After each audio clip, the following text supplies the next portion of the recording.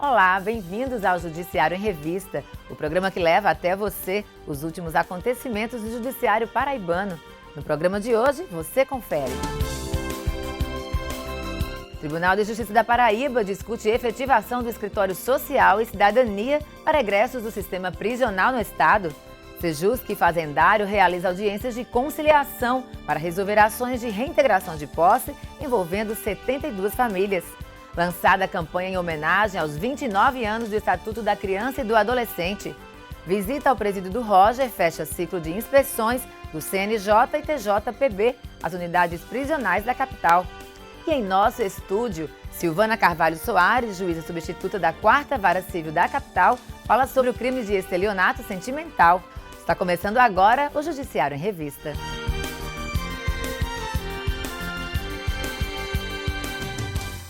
E nós entrevistamos Silvana Carvalho Soares, juíza substituta da 4ª Vara Civil da capital. Ela falou com a gente sobre estelionato sentimental. Assista a entrevista.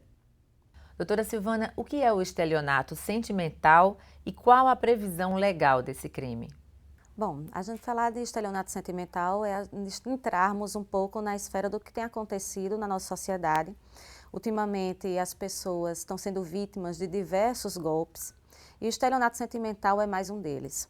Esse nome estelionato sentimental foi utilizado numa sentença no Tribunal de Justiça de Brasília há uns 4 anos atrás. E ele é interessante porque ele coloca no âmbito civil a figura do estelionato, que já é conhecido no âmbito penal, no artigo 171 do Código Penal. E quais as provas cabíveis, doutora, que comprovam esse tipo de estelionato? Comete o estelionato aquela pessoa que, mediante ardil, qualquer artifício ou mediante fraude, obtém para si vantagem ilícita, em desfavor da vítima. Então, trouxemos esse termo de estelionato para o âmbito civil, e aí ele serviu para colocar essa intenção do agente de, mediante fraude ou ardil ou esse artifício, ludibriar a vítima de forma a conseguir para si uma vantagem.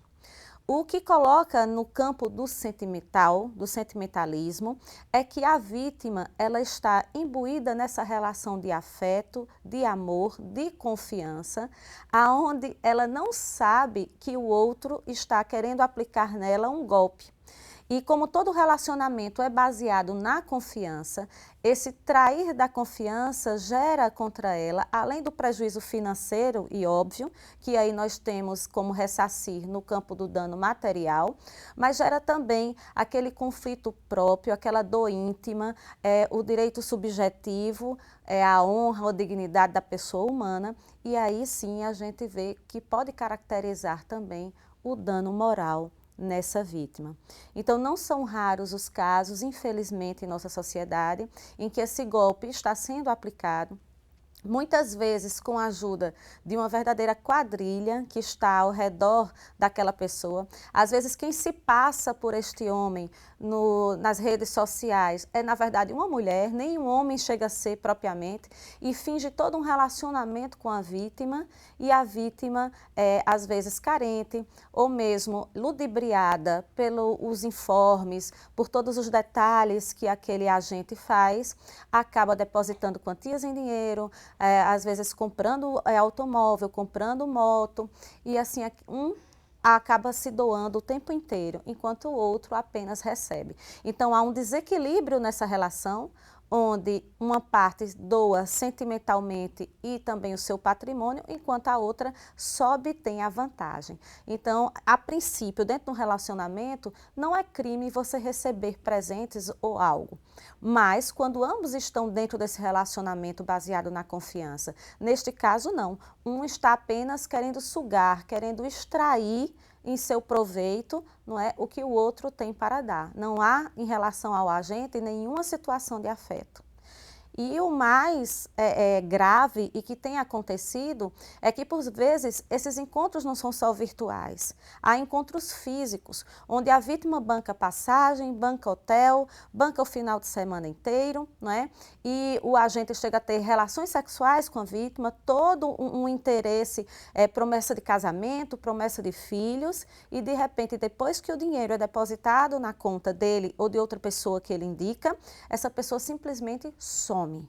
E é aí que a vítima se dá conta de que foi vítima de um grande golpe, que não apenas se viu endividada, muitas vezes por empréstimos para ajudar essa pessoa, mas também mutilada emocionalmente, porque se vê duplamente enganada. Esse é o grande problema do estelionato sentimental. Então, cabe, no caso, tanto a reparação pelo dano material, quanto pelo dano também emocional, que seria aí, no caso, os danos morais? No estelionato sentimental, na verdade, todo o trâmite é de uma ação indenizatória, onde a vítima vai provar que foi atingida na sua honra pessoal, e aí pede o dano moral e também os prejuízos financeiros que teve, que caracterizam o dano material. Então, como tal, como ação indenizatória, as provas são as mesmas cabíveis em direito. Provas documentais, provas testemunhais, não é? E qualquer outra situação de prova em que ela comprove que despendeu, não é, recursos em prol desse cidadão, que desprendeu porque havia um relacionamento com aquela pessoa, não é? E que foi enganada, ludibriada. Então, em regra, seriam juntar os comprovantes de passagem aérea, depósitos efetuados com os valores dos depósitos, gravações pelo WhatsApp, gravações telefônicas, se fosse possível, testemunhas que tenham presenciado algum encontro havido entre você e seu agente, né, e o agente que cometeu o ilícito. Então, são várias as formas de prova. Então, cabe indenização tanto pelo dano material, quanto pelo dano também emocional. Então, seria um direito subjetivo. Veja bem, se falarmos no âmbito penal, é outro processo. Então, a vítima, ela tem essa dupla funcionalidade de ver seu direito reconhecido. O primeiro é no âmbito penal. E aí, no âmbito penal, a gente vai ter a aplicação da pena prevista no artigo 171, que é uma pena de prisão. E qual a penalidade prevista, doutora? No âmbito civil, o direito à indenização, e aí é um valor em dinheiro a critério do juiz, que vai verificar o tamanho do prejuízo, o tempo que o relacionamento durou, o grau de fraude, o grau de envolvimento e todo o prejuízo emocional que essa pessoa teve, e aí vai quantificar esse dano de forma a minorar esse prejuízo causado à vítima. Então, no âmbito civil, há uma certa subjetividade em relação ao quanto, ao valor que a vítima vai receber. Vai depender de todos esses critérios que o juiz vai analisar caso a caso. Preocupante, doutora Silvana. Inclusive, acredito que casos também, outros, né, que devem as pessoas se envolverem de tal forma que vão até mais além. Teve um caso, e aí o desfecho foi terrível, que o golpista, o estelionatário sentimental, ele, além de usufruir da mulher, ele, além de extorquir o dinheiro da mulher inteiro, ele celebrou com ela um pacto de morte, onde, obviamente, só ela se matou. Entende? Então, o cara ainda fez isso para encobrir o crime, ela morrendo. Então, os familiares descobriram depois do que tinha acontecido. Então, até isso, você vê o envolvimento psicologicamente, o que ele é capaz até de fazer uma pessoa se matar em relação a isso. Ok, doutora Silvana. Então, para finalizar aqui o nosso bate-papo de hoje, fala para o pessoal que está em casa qual a orientação que a senhora dá para as pessoas que vivem ou estão vivendo essa realidade, né, ou estão na iminência de viver esta realidade e que realmente não sabem como devem agir. Bom, então vamos começar pela prevenção, né? Ninguém sai do nada. A pessoa não simplesmente existe no âmbito da internet sem ter um pai, uma mãe, um familiar, alguém que o conheça previamente aquela situação. Então não tenha medo de investigar aquele seu possível parceiro, aquele seu amigo, possível amigo virtual e que possa se tornar algo mais. Então a pessoa sempre deixa rastros sobre a sua origem. Se a pessoa não se identifica como não tendo mãe, não tendo pai, não tendo familiar, já desconfie, ninguém sai do nada. Pesquise e não tenha medo de pesquisar. Hoje a internet tem diversos campos em que a pessoa pode pesquisar a origem de outra pessoa, antecedentes criminais e determinadas situações. Se você pesquisou e não viu nada, desconfie, pode ser até um nome falso que a pessoa esteja utilizando ou um perfil falso. Então, utilize inclusive a ajuda de amigos que conhecem mais o campo virtual e que possam lhe orientar nesse aspecto. Segundo, escute sempre opiniões de pessoas de fora.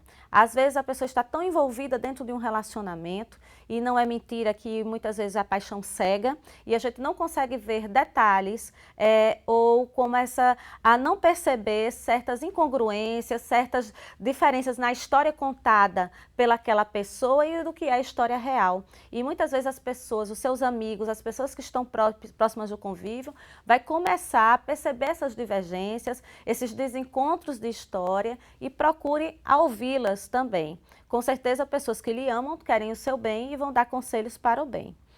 E a outra forma são aquelas pessoas que já estão dentro desse relacionamento e desconfiam, ou seja, pessoas que o tempo inteiro aquele parceiro pede dinheiro e mais, às vezes pedem dinheiro baseado numa promessa, tipo, se você me conceder essa moto, eu tenho como arranjar um emprego e aí eu posso me casar com você.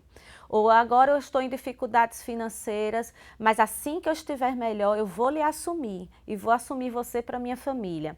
E essa apresentação à família nunca acontece e sempre você precisando depositar quantias em valores, em dinheiro. E você nota uma certa ansiedade. Enquanto você não deposita, ele passa mensagens, ele pressiona, ele começa a insistir mais naquela situação, não é? Então desconfie dessa pessoa. Quem ama, quem gosta, vai compreender você do jeito que você é, independentemente de você ter ou não valores sobre isso. E outro conselho que eu dou para a vida financeira de qualquer mulher, não apenas a mulher que está nessa situação, é que se você não tem dinheiro para emprestar a alguém, não empreste. Não assuma empréstimos próprios para poder quitar dívida de ninguém. Porque depois o relacionamento se acaba, ou mesmo você está dentro de uma fraude, mas a prestação lá do seu empréstimo vai ficar lá no seu nome. E, infelizmente, não são poucas as mulheres que estão endividadas por conta de seus parceiros. As ações na justiça crescem assustadoramente, as ações de cobrança, não é? E a mulher fica sozinha nessa situação vexatória. Muitas vezes nunca deveu nada, às vezes economiza para ter o que ter para si ou para quando tem filhos, para os seus filhos, e acabam endividados por um parceiro irresponsável. E a mulher tem que aprender a se blindar dessa sua sensibilidade para não ser vítima desses golpistas. Ok, doutora Silvana, foi um prazer tê-la aqui no nosso programa. Muito obrigada por ter aceito o nosso convite e ter esclarecido a todos que estão em casa, sobre esse assunto tão polêmico e atual, que é o estelionato sentimental. Muito obrigada e até a próxima. Até a próxima, Daniela. Eu que agradeço a oportunidade de estar esclarecendo aqui às mulheres algumas ações judiciais que chegam aqui na Justiça e que isso sirva assim, de exemplo para que outras mulheres não cometam o mesmo erro. Muito obrigada. Obrigada, doutora. Nós conversamos com a juíza Silvana Carvalho Soares, em substituição na 4ª Vara Civil da capital paraibana. Tribunal de Justiça da Paraíba discute efetivação do Escritório Social e Cidadania para egressos do sistema prisional no estado. Não sai daí, voltamos já.